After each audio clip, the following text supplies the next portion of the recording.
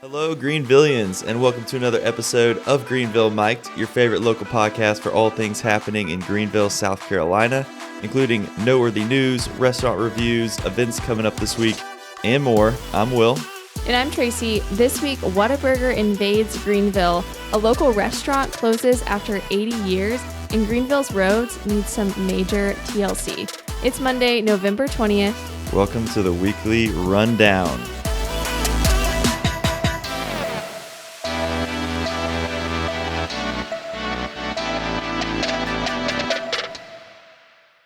All right. So Thanksgiving is this week. It is this week. Which is pretty exciting. On Thursday. It is. Yeah. So to get us started today, I have got some Thanksgiving trivia for you. Interesting. Okay.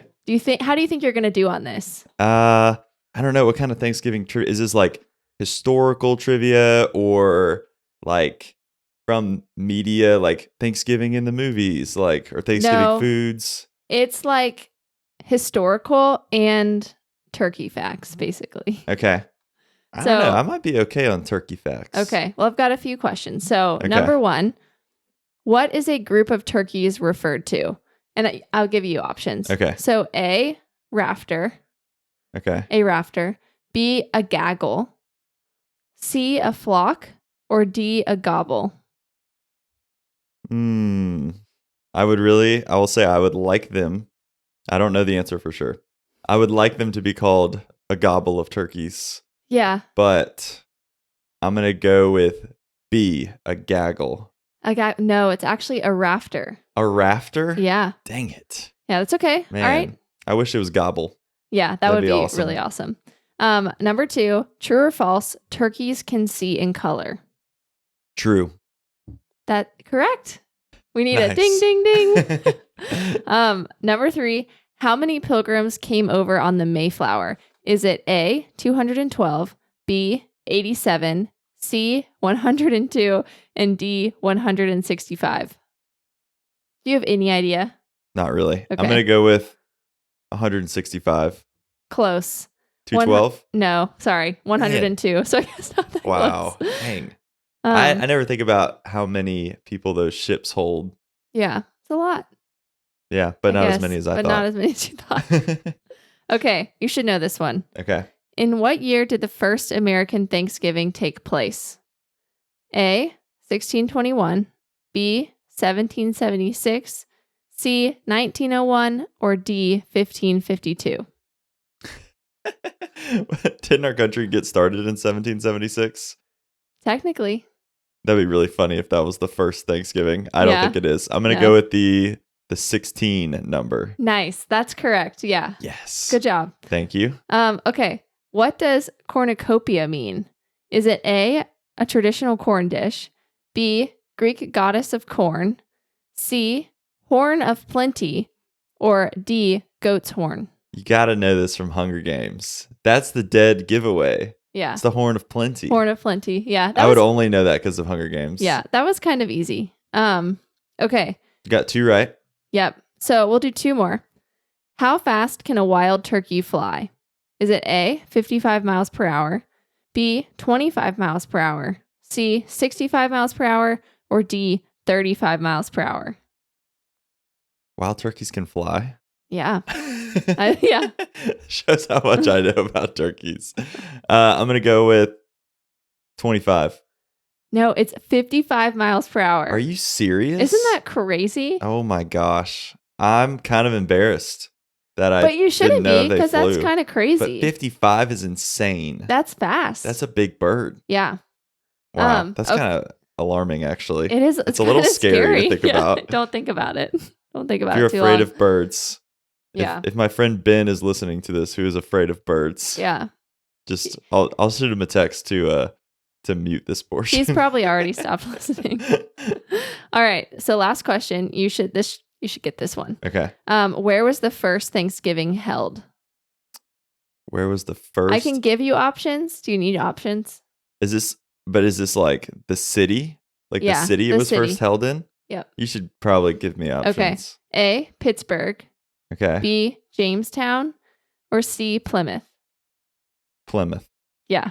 Correct. Good job. I Good almost job. said Jamestown. All right. Well, there's your Thanksgiving trivia. So you guys can take that and quiz your family members. Those at are some pretty Thanksgiving. good trivia questions. I think so too. Yeah. There's some kind of random ones in there, Right. like turkey flying speed. That's pretty good. It was pretty good.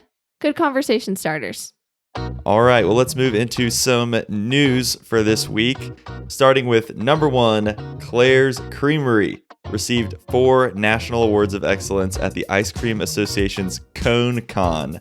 Cone Con is the largest ice cream and frozen dessert show in the U.S., and each year, hundreds of ice cream shops come together to learn, network, and compete. I mean, are we surprised No, that not at all. Claire's walked away with these awards? Obviously, we're big fans of Claire's. Huge we think fans. Their ice cream is amazing, and the owners, Caitlin and Michael, are great people. And so I think this is just well-deserved. I think it's amazing. I also think Cone Con is hilarious. Yeah. What a hilarious name. I love that this exists. I also love that it's in Vegas.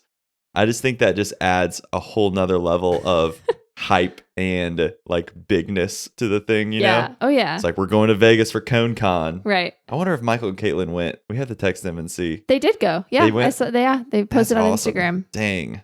Yeah. Well, yeah, I guess they probably had to in order to win. Yeah. Wow. That's incredible. I know. Pretty Good old exciting. Cone Con.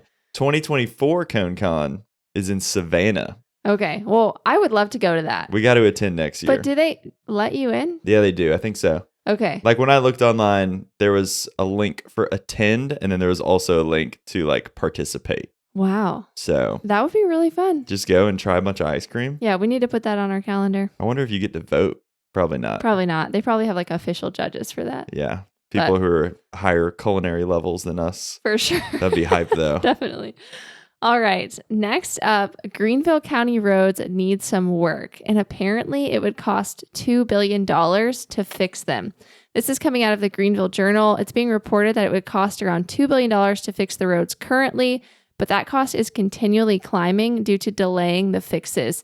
So the Greenville Journal reports that was the sobering news county staff brought to county council members during a work session November 13th, hosted by the Roads, Infrastructure, and Public Works Committee. I feel like I'm always used to saying city council members. I know, that's threw me off for I a didn't even second. think that county council existed. Right. I guess it has to exist. It has to exist. That's funny though. So due to the increase in the cost of material to fix the roads, the number of miles the county is able to resurface each year is getting smaller and smaller.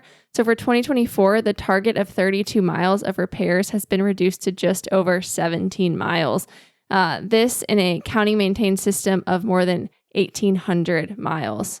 And to make matters worse, there's a lack of responsive bidders. So the small number of projects the county is able to do every year dissuades road contractors from bidding on county projects.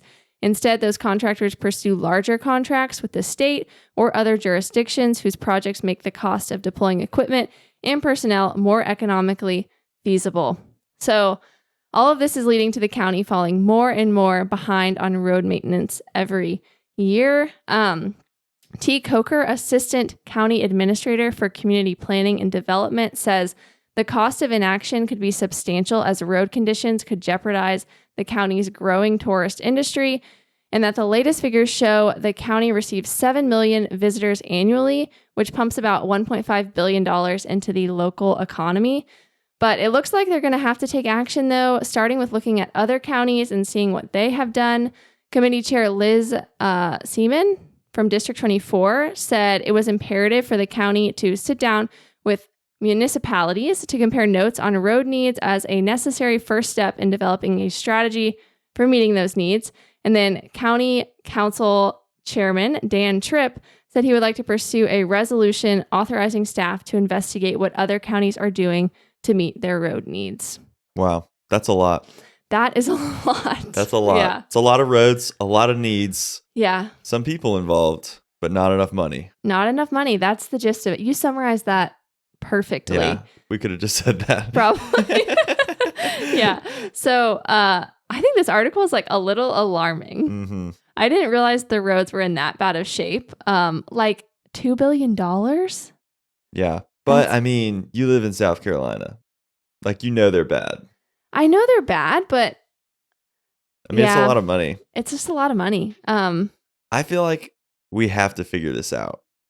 Like, just like they're bringing up tourist numbers, like first impressions of a city is really important. Yeah. And when your roads suck, like, yeah, that just, I mean, seriously, that's like it seems like not the kind of thing you would think about first, you're like, oh, what about the nightlife and the food scene and the parks or, whatever. But you kind of like have to get the roads right. No, roads can make or break a city. For sure. For sure. Like if I'm driving and I'm hitting potholes every couple of miles, that's annoying. Like that's really frustrating. Yeah. And I feel like South Carolina, like I feel like we just get made fun of by other people because our roads are so bad. Right. And I'm like, we've got to do something about this. Yeah. Georgia, North Carolina, you drive over the border and you're like, oh man, it's smooth. Right. You really tell the difference. Yeah. You do. So I don't know if we need to go interview people there and figure it out or what, but we've got to figure it out. We've got to figure it out because we're only going to be able to fix 17 miles of roads in 2024. Yeah. So it's not enough. We'll see what happens. But I also don't want to pay more taxes. So maybe I'm the problem. You might be the problem. All right. Next up, Greenville was named one of the most magical Christmas cities in the U.S. Country Living released a list of the 30 most magical Christmas towns in the U.S., and Greenville came in at number 13, my favorite number. This is coming straight from the article. Quote, want to feel like you're walking around on the set of a Hallmark Christmas movie? Then you'll want to head to Greenville, South Carolina, where the sidewalks twinkle with lights as Santa's electric sleigh drives by with an elf in tow. There's even a miniature outdoor skating rink on Main Street, a, quote, festival of trees competition, tree lighting ceremonies, and more. It's downright magical. I would have to agree with that. I think Greenville at Christmas time is so magical. And honestly, I'm surprised Hallmark hasn't filmed a movie here yet. I know. I'm surprised by that too. Okay, first of all, the fact that Santa's electric sleigh drives with an elf in tow. Yeah. That kind of tripped me up. Like, does Santa tow the elf? You know what I mean? The elf is like in the car. I know, but I mean the phrasing of in tow. But that's true. I don't know. Don't overthink It's getting towed already. Maybe. I don't know. I was definitely overthinking Isn't that like a saying? Yeah, I guess it is. Okay. But in this scenario, the saying was confusing. Right. Anyways, true. I did look up movies on IMDb with Greenville as the film location and Christmas as a topic. And the only thing that came up was a 2011 movie, which is really just an 8-minute short, and it's on YouTube, called Christmas Eve at Lodge 20, where, quote, 3 hunters share personal stories they've kept secret for a long time, all dealing with dramatic events involving Christmas folklore and characters. It is ridiculous. It sounds ridiculous. It's like, it looks like a video that was made by 3 guys that are friends. Yeah. They're just like, let's do something like funny and stupid. Yeah. And they're like on this video just sharing stories around a fireplace, and one is talking about how he like killed one of Santa's reindeer on a hunting trip or something. It's just like, it's totally ridiculous. Everyone should look it up. How did they get on IMDb? I don't know. I don't know what the requirements are to be listed on IMDb. Must be low. Yeah. Well, either way, it's not a Hallmark movie. We need a more Hallmark type movie. Hallmark movies are supreme movies for sure. So, but we have something. Yeah. That's for sure. All right. Next up, we have a few restaurants opening up soon in the area. I feel like every week we talk about a new restaurant. Yep. But first up, we have Mill City Pizza, which is a live fire cooking concept, and it's coming to Judson Mill. The restaurant will feature pizzas, paninis, fresh mozzarella, which is made daily, in a small market selling wine, olive oil, and cheese. So that's pretty exciting. That is exciting. And then we have Tzatziki's, which is opening on Woodruff Road next to Summer Moon Coffee, and it's opening Tuesday, December 5th. And Tzatziki's is a chain for people who may not know, and it has Mediterranean food like gyros, hummus, salads, pitas, and it's pretty good. I feel like we low-key have some good Mediterranean options in Greenville. Yeah. I was talking to someone the other day who was just trying to find a restaurant down over in the Augusta Road area. Yeah. And I was like, oh, yeah. I mean, there's a Tzatziki's. I think there's a Tzatziki's over there already. No, I think you're there's thinking a Kairos. of, yeah. And a Kava. Yeah. And Pita House, which is on Pleasantburg, Pita House which is pretty close. In a realm of its own, I feel Oh, yeah. like, Pita House is like far superior. Yeah. For sure.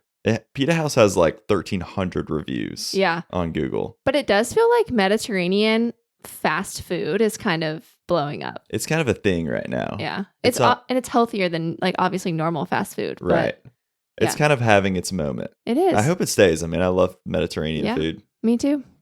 All right, next up, Mayberry Field near Greenville's Unity Park is expected to open late 2024, and the city of Greenville broke ground on the project last Monday. People may or may not know this, but Mayberry Park existed as a park for Black children during the segregation era. We've talked about this a couple times in a couple different contexts, but at one time the park featured an athletic field with bleachers, tennis courts, a recreation center, swings, and a 3-person merry-go-round. Just 10 years after it's opened, the city utilized 200 feet of the children's park for a police shooting range, according to the city of Greenville. In 1938, the city leased half the park to a Baltimore businessman who built Meadowbrook Park for an all-white minor league baseball team, the Greenville Spinners. The park burned down in 1972, and so now Mayberry Park is being restored as Mayberry Field, and it's going to include a Little League baseball field, including grandstand bleachers, a press box, dugouts, and concession stands. The lead donor to this project is Craig Brown, who's the owner and chairman of the Greenville Drive. So pretty cool. Construction is expected to begin within the next 3 to 6 months, and it's going to take place at the same time as construction of the Honor Tower. The field is expected to be completed in the last quarter of 2024. Wow. That's awesome. I know. It is awesome. Unity Park, I feel like it looks amazing right now. Mm-hmm. And they still have so many things that they're adding. I know. I feel like it's going to look totally different a year from now. Totally different. So cool. All the different developments are doing. And just like this, the historical significance of it all is just really cool. It is. So excited to see it. All right, next up from the Upstate Business Journal, Tanner's Big Orange is closing after 80 years in Greenville.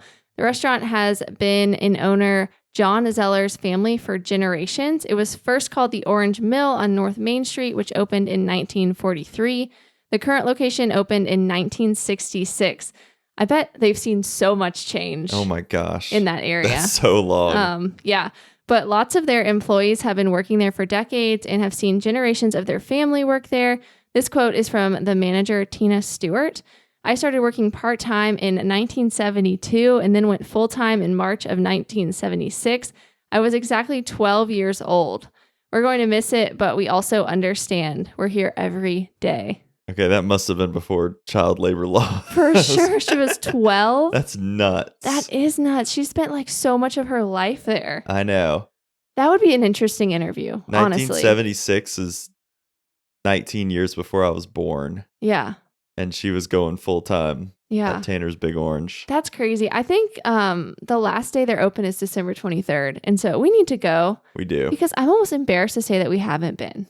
Yeah, it's kind of a Greenville institution. It seems like it because I pass it all the time, and there's always people there, and it just looks like it's been there for a long time. I know. So. It's really sad it's closing. I mean, obviously, like things like this don't normally go on forever. Yeah. You know? It's always like it's crazy that it's been running for 80 years. That's what I was saying. That's got to be top like 0.1% of all restaurants. Yeah, like I feel like it's always sad when a business obviously goes out of business, but to be able to be like, we were in business for 80 years. Oh yeah. That's a total feat. Yeah.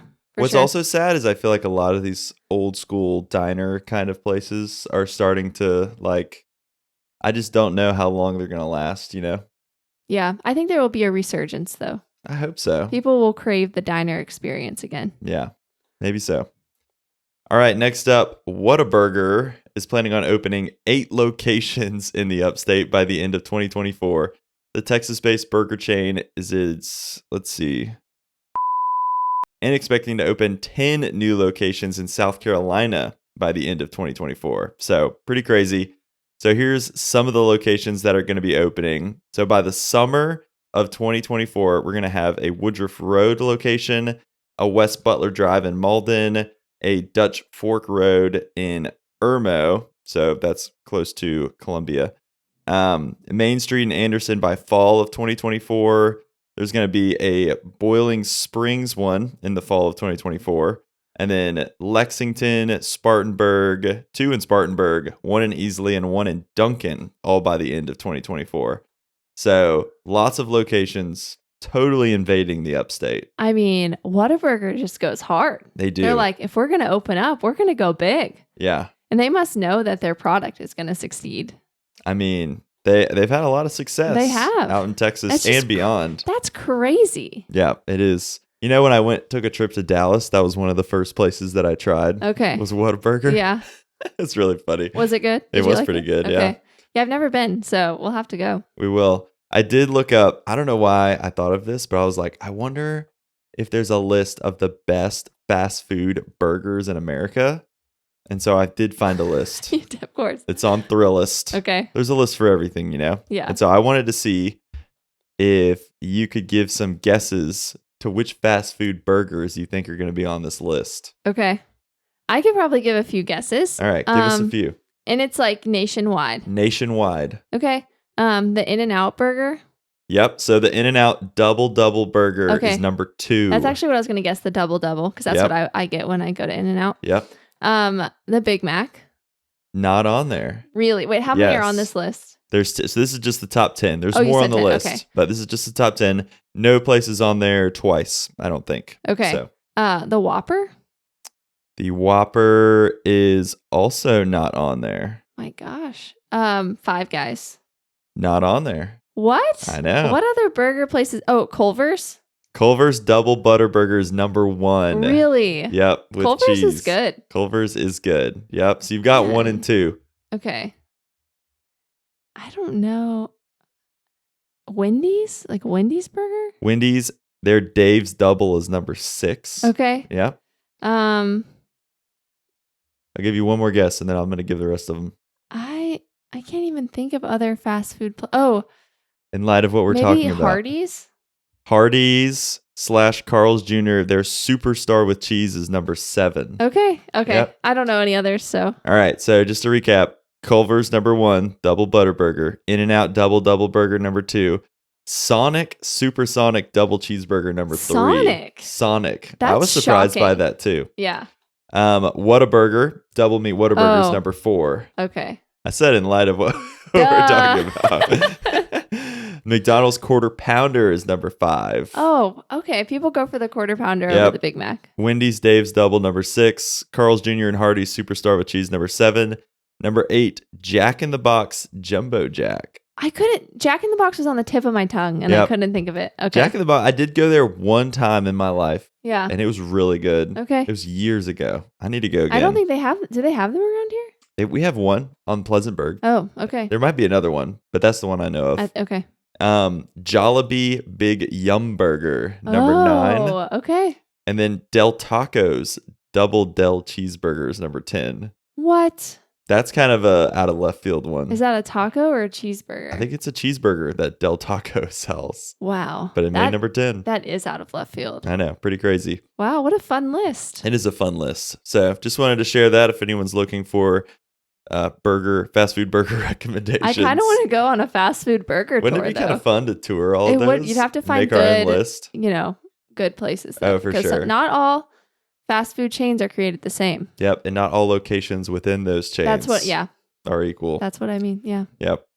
All right, next up, we've got our Eats and Treats segment brought to you today by Common Pops. Delicious frozen popsicles made right here in the upstate. If there's one thing I'm thankful for heading into Thanksgiving, it's that I can enjoy the sweet taste of a cookies and cream popsicle or the just released peppermint mocha, all while supporting my community.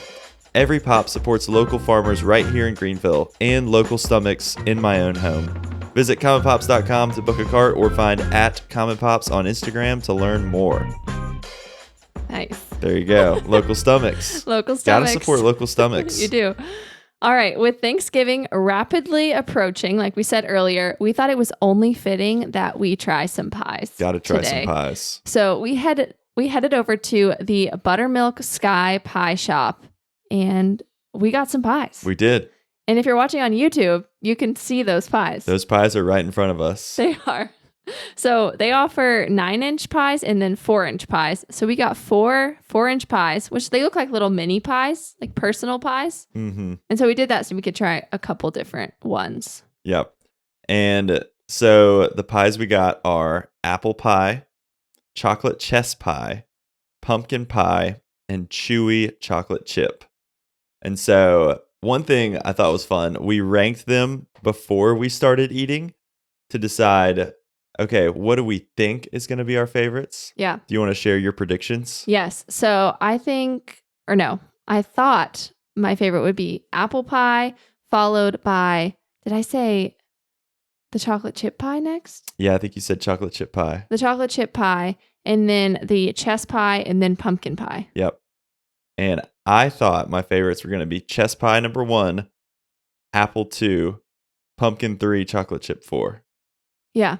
And so what was your order after you tried them? Okay. Well, share about your experience first. Okay, the pumpkin one blew my mind. Yeah. I mean, that was my overwhelming thought because I don't think pumpkin pie normally blows people's minds. No.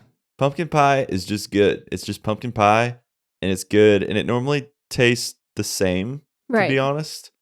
And it's not a bad thing. No. Like it's just tasty and sweet and it's light. But this pumpkin pie was crazy. It was creamy.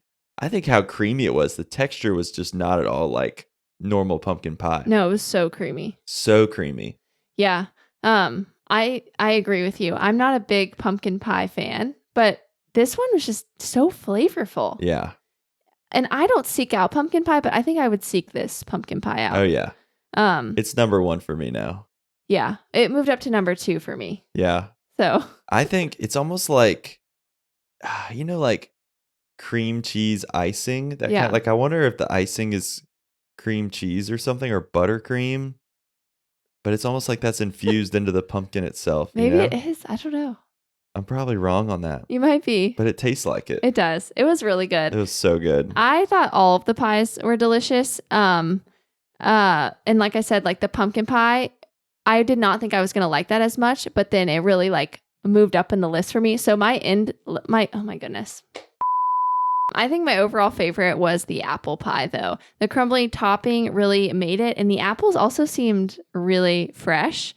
And then that was followed by the pumpkin pie. And then the chocolate chess pie was so rich, which Very obviously, rich. like, I think if you're getting that, so it's going to be really rich, but so good. And then the chocolate chip pie just tastes like a really thick chocolate chip cookie, which I'm not mad about. Not mad about it. It's delicious. Yeah. But it does fall number 4 on my list now. Mine too. Probably lacks some of the flavor nuances that some of these others contain. Yeah, you know? Right. Gotta get the nuance. For sure. I do think the apple pie, it's a Dutch apple pie, so it's got the crumble on top, which I love. We normally do that instead of a crust on top. Yep. And then, I don't know what, they probably use Granny Smith. That's my prediction. Really? Or do they use Golden Delicious? They could. Because that is what I've heard is the secret to a good apple pie. And Really? we did that one time. Yeah, we used Golden Delicious. It had a really good tartness to it. Uh-huh. And I think I just associate tartness with Granny Smith. Yeah. But either way, it was really good. Yeah. I would highly suggest you, as in listeners, go pick up a pumpkin pie or an apple pie and bring it to your Thanksgiving. You're already making a ton of different foods for Thanksgiving. Yeah. And so if you just go to Buttermilk Sky Pie, get a pumpkin pie. Mm-hmm.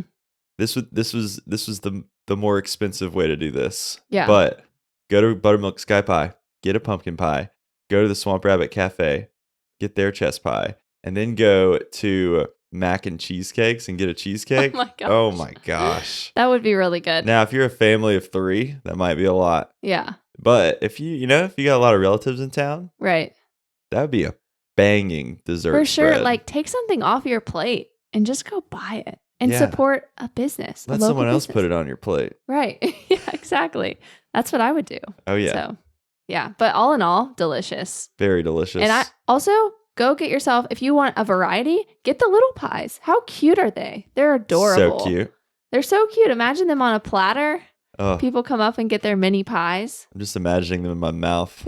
I know. They're sitting in front of us and they look just so good. They're tastier and we know than they're they are delicious. cute. So, yeah. All right, we're going to move on to some events for your weekend. So, starting Friday, Saturday, and Sunday, Christmas at the Farm is happening at Aaron Farm in Easley. Friday and Saturday, 10 a.m. to 3 p.m., Sunday, 12 p.m. to 5 p.m. They're calling it an all-inclusive Christmas experience made for the whole family, full of fun holiday activities, all centered around picking out your Christmas tree.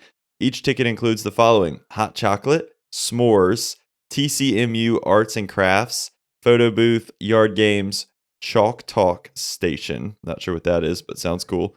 Playground access, vendor and food truck access, parking, and so much more. Tickets are $10 for kids and $15 for adults. And we're going to be there. Planning on hitting it up next weekend. Yeah, we are. So we'll talk about it after we go. Should be fun. We'll talk about that chalk talk. Yeah, we'll figure out what that is. And then also the 2023 Indie Craft Parade Holiday Pop-Up will be open Fridays through Sundays for the next 5 weeks. There will be a curated mix of handmade, giftable art, home goods, jewelry, and children's items available for purchase. And it's located at 2909 Old Buncombe Road. Then the Tony Award-winning Best Musical, The Wiz, will be showing at the Peace Center this weekend. It's playing Friday at 8 p.m., Saturday at 2 and 8 p.m., and Sunday at 1 and 6:30.